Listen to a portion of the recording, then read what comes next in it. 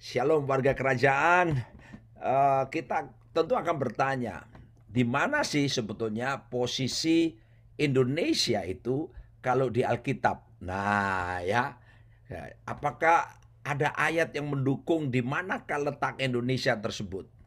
Tentunya Anda bisa lihat itu tadi sudah disebutkan oleh Pak Arifin, itu di dalam kitab Yesaya 42 ayat yang ke 10 dan 11. Saudara bisa tolong Richie untuk bisa sampaikan. Nah, saya akan bacakan saudaraku, inilah posisi kita ya.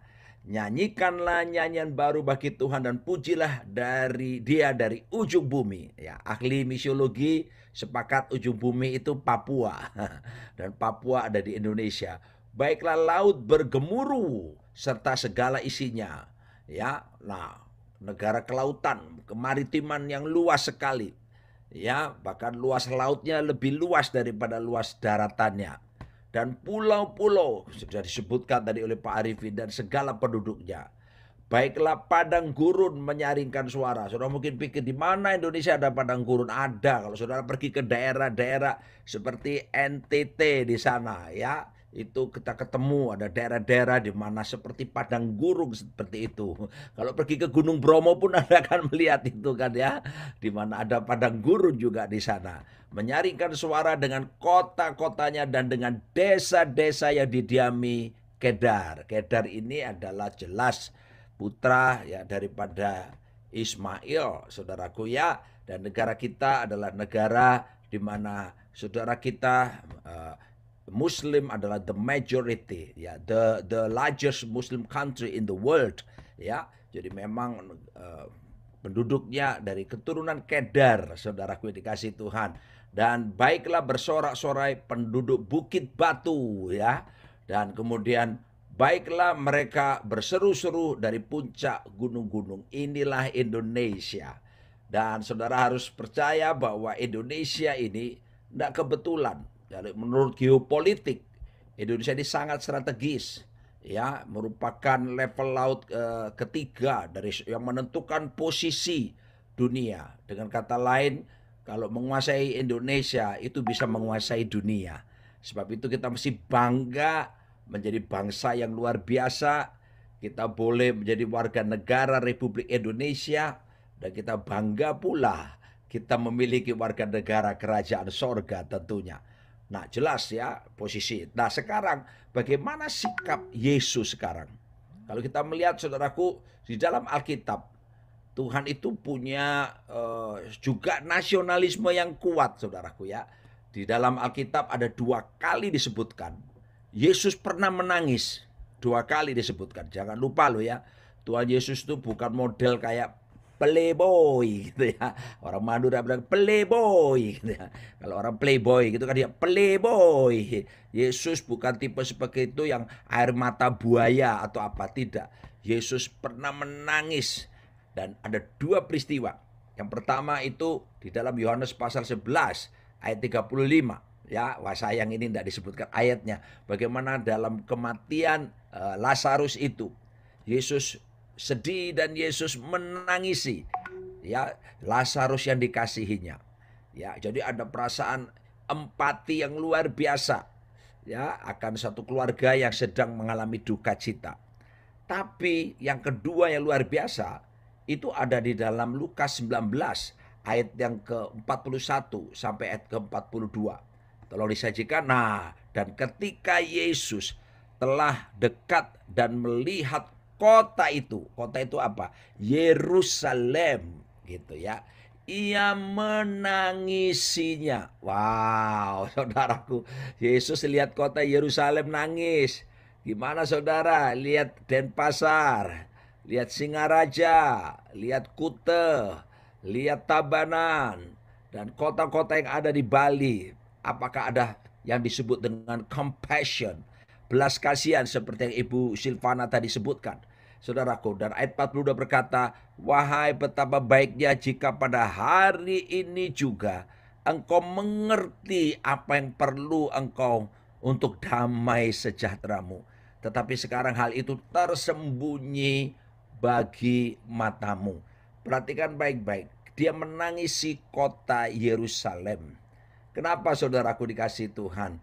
Mari saya katakan kepada saudara, itulah ada satu sikap nasionalisme, ada satu sikap cinta di mana saudaraku akan satu bangsa, akan satu kota. Anda jangan lupa, Anda dan saya, Yesus menyebut kita sebagai jemaat, eklesia. Bahasa sederhananya itu dewan kota. Ya, di mana pada zaman dulu, ketika sejak zaman Yunani sampai Romawi, bagaimana kaisar atau raja memanggil orang-orang tertentu yang dipilih, baik itu orang-orang sipil maupun militer, untuk diajak bicara, memutuskan nasib sebuah kota, memutuskan nasib sebuah bangsa. Ya, dan kemudian saudaraku, untuk pula eklesia ini untuk diutus sebagai apostol untuk menjangkau kota-kota yang lain, menjangkau kerajaan-kerajaan yang lain. Jadi jelas di sini bahwa Tuhan tidak membuat kita jadi anggota gereja saja, tapi menjadi eklesia, dewan kota, memutuskan nasib suatu kota, menjadi jawaban atas suatu kota. Itulah tugas kita, bukan sekedar kita praise and worship di dalam gedung gereja, tapi Tuhan juga inginkan ada satu dampak, ya, pengaruh yang kita kerjakan, kita bisa bermanfaat. Bukankah kitab Yeremia 29 ayat ke-7 berkata, usahakanlah kesejahteraan kota di mana kamu aku buang. Pada waktu itu orang Israel dalam pembuangan di Babel, dalam pembuangan pun Tuhan bilang usahakanlah kesejahteraannya. Apalagi kita tidak ada yang dibuang, bukan? Kita nikmati Bali, kita nikmati Indonesia, saudaraku, ya. Kalaupun hari-hari ini sedang mengalami pandemi corona, suasana tidak enak, mungkin kita nggak cocok, nggak setuju dengan kebijakan pemerintah untuk PPKM level 4 lagi dan sebagainya. Ada beberapa kita sedang mengalami masalah di bidang ekonomi sehubungan dengan pandemi ini. Firman Tuhan, saudaraku, kita masih lebih ringan dibanding orang Israel maupun Yehuda yang dibuang, ya, di negeri Babel.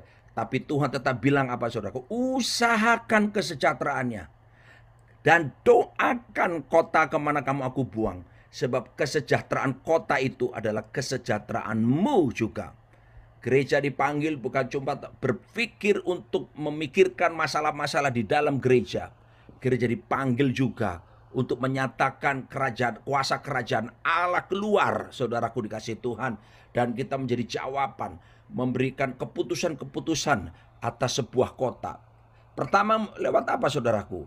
Oke, kalau Anda belum mengusahakan, mulailah dengan berdoa lebih dulu. Doa ini penting. Saudaraku yang dikasih Tuhan, saya sejak bertobat tahun 87, ya, sampai hari ini, saudaraku, ya, setiap hari.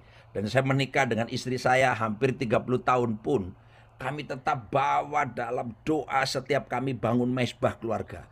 Kami berdoa untuk pemimpin bangsa, untuk presiden, wakil presiden, para menteri, para kepala daerah. Kami berdoa untuk kota di mana kami tinggal. Bahkan kami memberkati kota-kota yang lain. Kami berkati bangsa ini tiap hari dalam doa mezbah keluarga kami.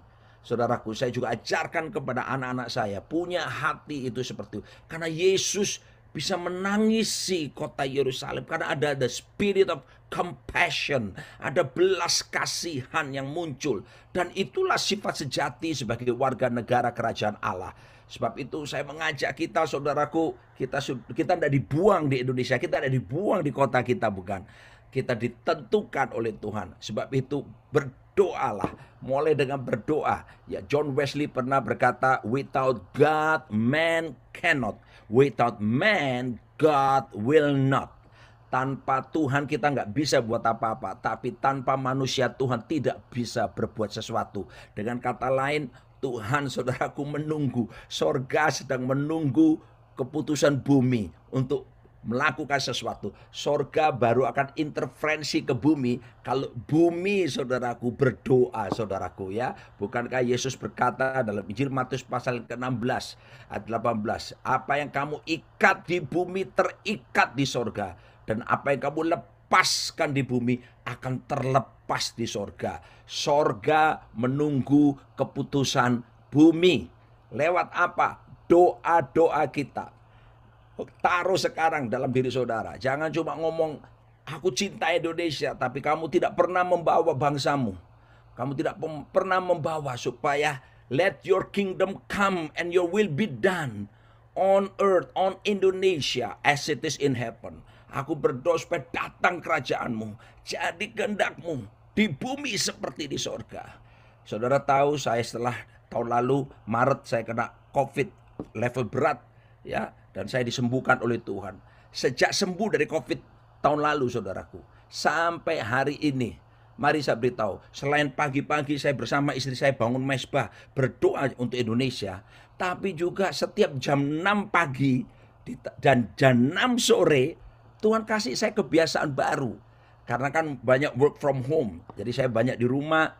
Dan setiap ada di rumah, saudaraku, baik di Jakarta ataupun dimanapun saya tinggal, bahkan kalau saya pelayanan keluar di hotel sekalipun, jam 6 pagi dan jam 6 sore, saya menghadap ke jendela, saya menghadap ke sebuah kota di mana saya ada. Kalau saya di Jakarta, saya tinggal di Kelapa Gading, saya keluar, saya ke teras di apartemen saya di lantai 30 itu, ya.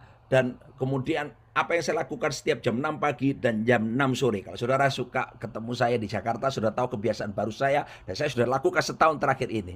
Yang saya lakukan adalah saya menyembah Tuhan, saya mengagungkan Tuhan, saudaraku. Dan setelah itu saya lepaskan blessing, saya berkati kota, saya berkata let your kingdom come and your will be done, Tuhan. Untuk Indonesia, untuk Jakarta, saya sebutkan, saudaraku, kota di mana saya tinggal, negara di mana saya tinggal.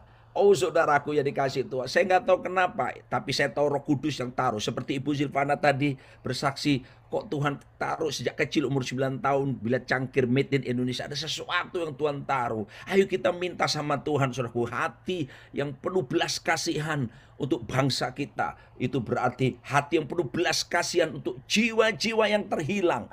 Kita jangan cuma kuat di dalam, saudaraku. Mari Yesus berkata, pergi, jadikan semua bangsa muridku. Dia suruh pergi, saudaraku. Kita masih suka kumpul-kumpul, saudaraku, ya. Bahkan ada yang berdoa, saya harap tidak ada yang berdoa yang seperti ini. Ada yang berdoa begini, Tuhan, ya apa namanya, mari Tuhan bawa jiwa-jiwa kemari. Aku berdoa, utara, selatan, barat, timur, jangan tahan-tahan. Tuhan kirimkan jiwa-jiwa. Aneh doa seperti ini. Tuhan bilang, pergi jadikan semua bangsa. Kita berdoa, kirimkan jiwa-jiwa. Ini kan bertentangan. Tuhan bilang, pergi jadikan semua bangsa. Kita terus berdoa, kirimkan jiwa-jiwa. Padahal ini waktunya Anda pergi, saudaraku. Pergi tidak berarti harus pergi seperti saya ke Amerika seperti sekarang. Tidak berarti bahwa Anda harus pergi ke suku-suku terasing atau pedalaman, suku-suku terabaikan. Boleh kalau memang ada special calling seperti itu. Tapi pergi, your mission field is where God puts you. Ladang misimu adalah di mana saudara ditempatkan oleh Tuhan. Itu ladang misi kita. Anda sebagai seorang dosen, saya lihat ini, mulia kau Bapak Yeskel Kyuk, haleluya. Sebagai seorang dosen, disitulah ladang misi kita. Kita menyatakan Injil Kerajaan Allah di sana. Sebagai seorang guru tunas Daud, disitulah ladang misi kita. Sebagai seorang businessman, disitulah ladang misi kita. Sebagai seorang dokter, saya lihat ada Dokter Gary, haleluya, dan Ibu, disitulah ladang misi kita. Ya, saudaraku, dimanapun Anda ditempatkan, disitulah Anda menyatakan tanggung jawab sebagai garam, sebagai terang bagi dunia ini. Di mana sih kerajaan Allah? Kita senang kan dipanggil warga kerajaan. Kenapa? Saudara, kerajaan Allah sekarang bukan di luar sana. Saya harus beritahu, sejak kita bertobat, mengalami pengalaman lahir baru, the kingdom of God is not outside there. Di sini sekarang, kerajaan Allah sudah di dalam kita. Why? Kerajaannya sudah di sini. Kolose 1 berkata, Christ in you, the hope of glory. Kristus di dalammu, pengharapan akan kemuliaan. Itu sudah di sini, saudaraku. Nah, jadi apa yang harus kita lakukan? Karena kerajaan Allah sudah ada di sini, ini waktunya apa? Kita memanifestasikan keluar kerajaan Allah yang ada di dalam kita itu untuk dinyatakan keluar kepada banyak orang, saudaraku. Yang ngomong-ngomong ini di sini, ini subuh di sini, saudara ya. Ya, saya tadi bangun 3:30 subuh, saudaraku ya. Oke, tidak apa-apa. Saya kok semangat ini, padahal yang lain pada tidur. Haleluya. Ya, nanti terjadi kebangkitan semuanya. Artinya yang yang tidur pada bangun.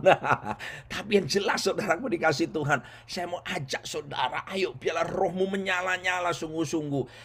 Jangan bingung, ini kerajaan sudah di sini. Jangan berkata begini, apa ya? Apa yang harus saya bisa lakukan ya? Apa ya? Saya tidak punya uang banyak, saya mau kasih makan banyak orang apa? Memang itu perbuatan terpuji. Anda kasih makan banyak orang, Anda melakukan pelayanan kasih. Tapi modelnya pertama dengan berdoa.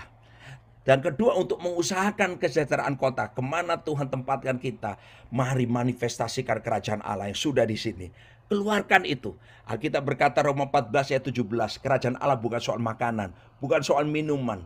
Tapi soal kebenaran, damai sejahtera, dan sukacita oleh Roh Kudus. Itu keluarkan kebenaran itu. Hidup benar, takut akan Tuhan. Tunjukkan saudaraku, Anda tidak kompromi dengan dunia. Saudaraku, saudara berbeda saudaraku. Itu tunjuknya, nyatakan, tinggal keluarkan saja, praktekkan saja. Lalu damai sejahtera, nyatakan itu. Saudara melepaskan shalom. Setiap kali saya berdoa shalom Indonesia, saya berkata shalom Jakarta, saya juga berdoa loh setiap hari shalom Bali. Every day saya doakan, saya tidak lupa saudaraku, di mana Tuhan memanggil saya menjadi hamba Tuhan pertama kali full timer, saya ke Pulau Bali saudaraku, dan saya menjadi misionaris pertama dari gereja kita, ditugaskan pergi ke Pulau Lombok. Saya juga terus doakan Lombok setiap hari sampai hari ini. Saya lepaskan shalom, lepaskan damai sejahtera, dan jadikan dirimu damai bagi orang lain. Tadi Yesus menangis buat Yerusalem itu, kenapa? Dia ingin supaya, padahal Yerusalem itu kan Urisalahim, kota damai, tapi nggak ngalami damai, nggak ngerti kebutuhan utamanya damai sejahtera. Yesus berdoa supaya damai sejahtera dinyatakan. Oh saudaraku, lalu kemudian sukacita oleh Roh Kudus, haleluya. Ayo itu nyatakan saudaraku, bawa damai, jadi bawa sukacita saudaraku ya. Banyak orang stres hari-hari ini. Saudaraku, Pak Jokowi bilang yang mati kena COVID sekarang, itu yang banyak mati itu bukan karena COVID-nya, itu karena anxiety, kecemasan, kekhawatiran, ketakutan, akibatnya imunnya turun dan bang terpapar dan meninggal saudaraku.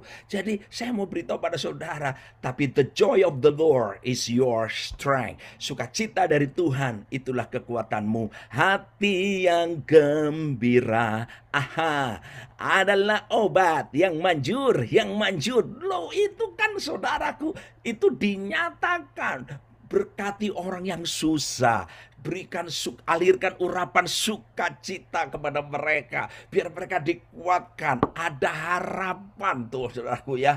Kasih tahu sama mereka, Tuhan, God still in control. Anything bad can happen, but our God still sit on the throne. Sesuatu yang buruk seperti pandemi ini bisa saja terjadi, tapi ingat Tuhan tetap duduk di takhta.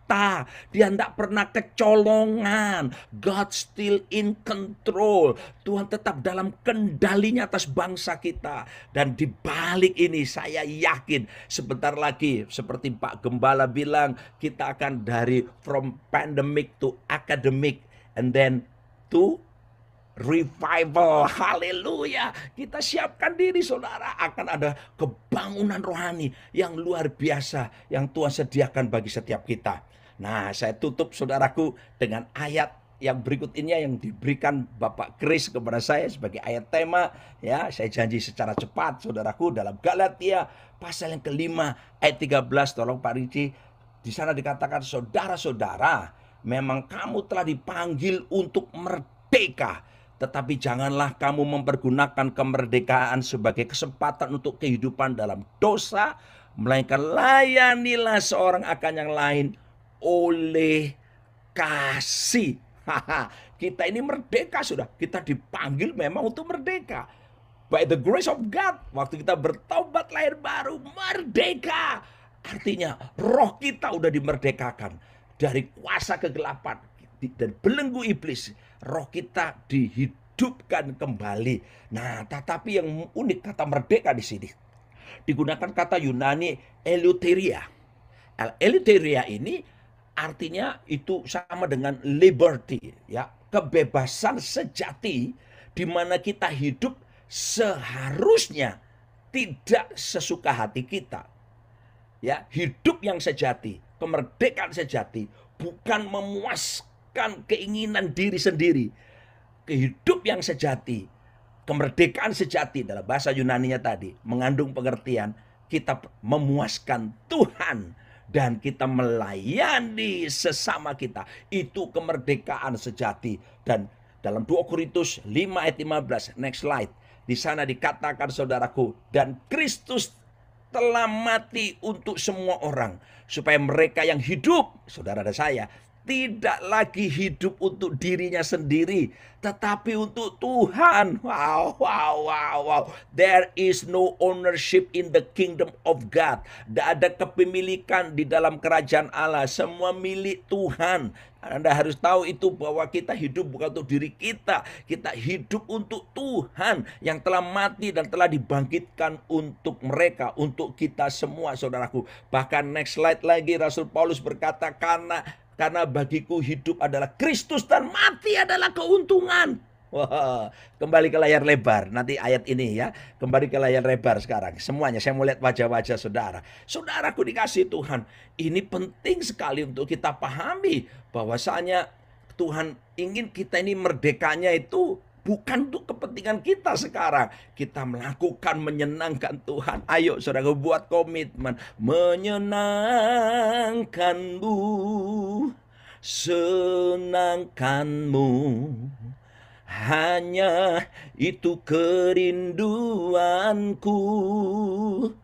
Menyenangkanmu, senangkan hatimu, hanya itu kerinduanku. Oh saudaraku, dan setelah itu apa? Layani orang lain. Wow saudaraku, love God, love people, and also love our city and our nation. Oh saudaraku, ini waktunya kita menyatakan tanggung jawab si garam terang. Keluarkan semua kerajaan Allah yang ada dalam dirimu. Jangan simpan sendiri. Keluarkan. Semakin membagi, semakin memberi, semakin menerima, saudaraku. Haleluya ya. Oleh sebab itu saya akan tutup, saudaraku, kemerdekaan yang sejati. Dan saya beritahu saudaraku, tadi Pak Arifin singgung tentang kedewasaan penuh, kepenuhan Kristus, supaya nyata dalam diri kita untuk menjadi bulan ini, bulan gereja kita kan temanya tentang maturity ya, kedewasaan. Dalam bahasa Yunani teleios, itu artinya kedewasaan lengkap secara mental dan moral karakter. Lengkap mentalnya, sehat ini dimulai dari mental rupanya, pikiran, perasaan, kemauan. Pastikan saudaraku sehat. Kita waktu bertobat, terima kerajaan Allah, roh kita udah selamat. Tapi perhatikan jiwa kita, pikiran, perasaan, kemauan, nggak langsung beres. Perlu diproses, saudaraku. Begitu saya bertobat tahun 87, ya beberapa kita belum lahir, saya masih kuliah di Erlangga, Surabaya. Begitu saya bertobat, dulu saya, saudara tahu masa muda saya tinggal di daerah pelacuran, lalu saya hidup dalam kenajisan, pikiran saya ini kotor, najis, sudah hidup di dalam dunia malam seperti itu. Begitu saya bertobat, saya senang, saya dilepaskan dari semuanya itu, saya tinggalkan semua dosa. Tapi aneh, ya kalau lihat cewek cantik, seksi, itu kadang-kadang pikiran najis bisa muncul lagi, saudara ya. Loh kok bisa gini ya? Kok bisa muncul gini? Waduh saudaraku, saya pikir, loh ini bangsa aku udah bertobat, kok bisa pikiran ngeresnya jalan terus ya? Waduh, waktu itu saya nggak ngerti, saudaraku ya. Satu kali 20 tahun yang lalu, 20 tahun lalu ketemu Pak Arifin di Bali, kita makan di rumahnya itu ya. Lalu Pak Arifin tanya, Ron, kamu mengalami peperangan rohani apa yang sering? Saya bilang, di pikiran Pak. Apa itu? Ya Pak, seringkali terganggu, pikiran masih datang, pikiran najis, lihat cewek cantik, seksi, kok tiba-tiba bisa pikiran najis datang. Pak Arifin bilang gini, sama. Rupanya mata laki-laki itu oikumene, saudaraku ya. Tapi saya mau beritahu pada saudara, Pak Arifin kasih saya kunci berkemenangan, supaya pikiran, perasaan, kemauan kita, dan saya terapkan sampai hari ini, unggul saudaraku. Kalau ada pikiran jahat, ya jadi jangan lupa, kemerdekaan dimulai dari mental. Pikiran, perasaan, kemauan. Harus apa? Semuanya diselaraskan dengan pikiran, perasaan Kristus. Itu baru merdeka, saudaraku. Itu baru kemerdekaan sejati. Ya, pikiran kita Dalam 2 Korintus, tolong slide selanjutnya. 2 Korintus 10 ayat 5 berkata, kami mematahkan setiap siasat orang dan merubuhkan setiap kubu yang dibangun oleh keangkuhan manusia untuk menentang pengenalan akan Allah. Kami menawan segala pikiran dan menaklukkannya kepada Kristus. Ayo, setiap kita, tawan pikiran kita, taklukkannya kepada Kristus. Caranya gimana? Pak Arifin ngajari waktu itu. Kalau ada pikiran jahat, pikiran najis, pikiran kotor, pikiran yang tidak berkenan, harus dimatikan, turn off. Seperti lampu di tombol mati itu dengan mengatakan darah Yesus. Nah, katakan darah Yesus. Darah Yesus berkuasa, itu mematikan segala panah api ya dari si jahat. Jadi saudaraku, saya sejak hari itu bahkan sampai hari ini, saya melatih terus pikiran saya untuk tunduk kepada Kristus. Caranya gimana? Bila ada pikiran yang macam-macam, yang bukan-bukan, saudaraku, saya berkata darah Yesus. Itu langsung turn off, langsung mati. Gitu ya. Ketika saya kena COVID, ya Maret tahun lalu, COVID level berat. Besoknya beberapa teman-teman pendeta yang meninggal karena COVID juga. Saudaraku, saya kena kabar itu. Wah, langsung panah api si jahat bilang, mati kamu juga. Tidak ada harapan buat kamu. Mati kamu, Roni, mati gitu. Apa yang saya lakukan? Saya tutup mulut dari kuasa daripada si jahat. Dengan darah Yesus. Turn off. Cep. Tapi tidak berhenti sampai situ. Saya serang kembali panah-panah iblis dengan apa? Pedang roh. Firman Tuhan. Saya perkatakan firman. Saya berkata begini. Filipi 4 ayat 13. Segala perkara dapat kutanggung dalam Dia memberi kekuatan kepadaku. Saya katakan 1 Korintus 10 ayat 13. Pencobaan-pencobaan ini pencobaan biasa, tidak melebihi kekuatanku. Tuhan sudah memberikan saya jalan keluar, saya bisa melewati semuanya ini. Saya perkatakan dalam 1 Petrus 2 ayat 24b. Oleh bilur-bilur Yesus Kristus saya telah disembuhkan. Saya perkatakan Filipi 4 ayat yang ke-8. Semua yang benar, semua yang manis, semua yang mulia, semua yang suci, semua yang adil, semua yang sedap didengar, semua yang disebut kebajikan dan patut dipuji. Itu yang saya pikirkan. Saya buang pikirannya bukan-bukan. Dan apa yang terjadi saudaraku? Damai sejahtera Allah yang melampaui segala akal memelihara hati dan pikiran. Dan akibatnya saya sembuh dari COVID. Saudaraku dikasih itu. Ayo pertama, selaraskan pikiranmu. Tundukkan pikiranmu dengan pikiran Kristus. Yang kedua, dalam Filipi 2 ayat ke-5, Tuhan mau supaya kita punya pikiran dan perasaan seperti yang terdapat dalam Kristus Yesus. Hendaklah kamu dalam hidupmu bersama menaruh pikiran dan perasaan yang terdapat juga dalam Kristus Yesus. Jadi sekarang taruh perasaanmu. Selaraskan perasaanmu dengan perasaan Kristus. Contohnya apa? Itu tadi, the spirit of compassion. Minta belas kasihan. Ya, Tuhan mengajarkan berdoa orang yang menganiaya kamu, ampuni orang yang bersalah kepada kamu. Itu roh belas kasihan, roh kasih itu, perasaan kasih itu saudaraku harus dilatih tiap hari. Pikiran Kristus dilatih tiap hari dalam hidup kita. Dan yang terakhir saudaraku, selaraskan kehendakmu. Next slide lagi. Kehendak kita ini, kemauan kita. Dalam Filipi 3 ayat 10 berkata, yang ku kehendaki ialah mengenal Dia dan kuasa kebangkitannya dan persekutuan dalam penderitaannya, di mana aku menjadi serupa dengan Dia dalam kematiannya. Semuanya kembali ke layar lebar. Perhatikan, kehendak kita pun harus tunduk kepada kehendak Tuhan. Yang Paulus bilang, yang ku kehendaki mengenal Dia. Kata mengenal ginosku, mengenal secara intim seperti suami istri. Kenali firman Tuhan, cari wajah Tuhan. Ayo, keinginan kita sekarang ditundukkan. Doa bukan memaksakan kehendak kita. Doa adalah satu kegiatan di mana kita memposisikan diri kita untuk kita menjadi pelaksana kehendak Tuhan supaya nyata di muka bumi ini. Dan kalau ini kita jadikan, kita kerjakan, saya yakin automatically hidup kita akan menjadi berkat bagi banyak orang, bagi kota kita, bagi Indonesia. Amin.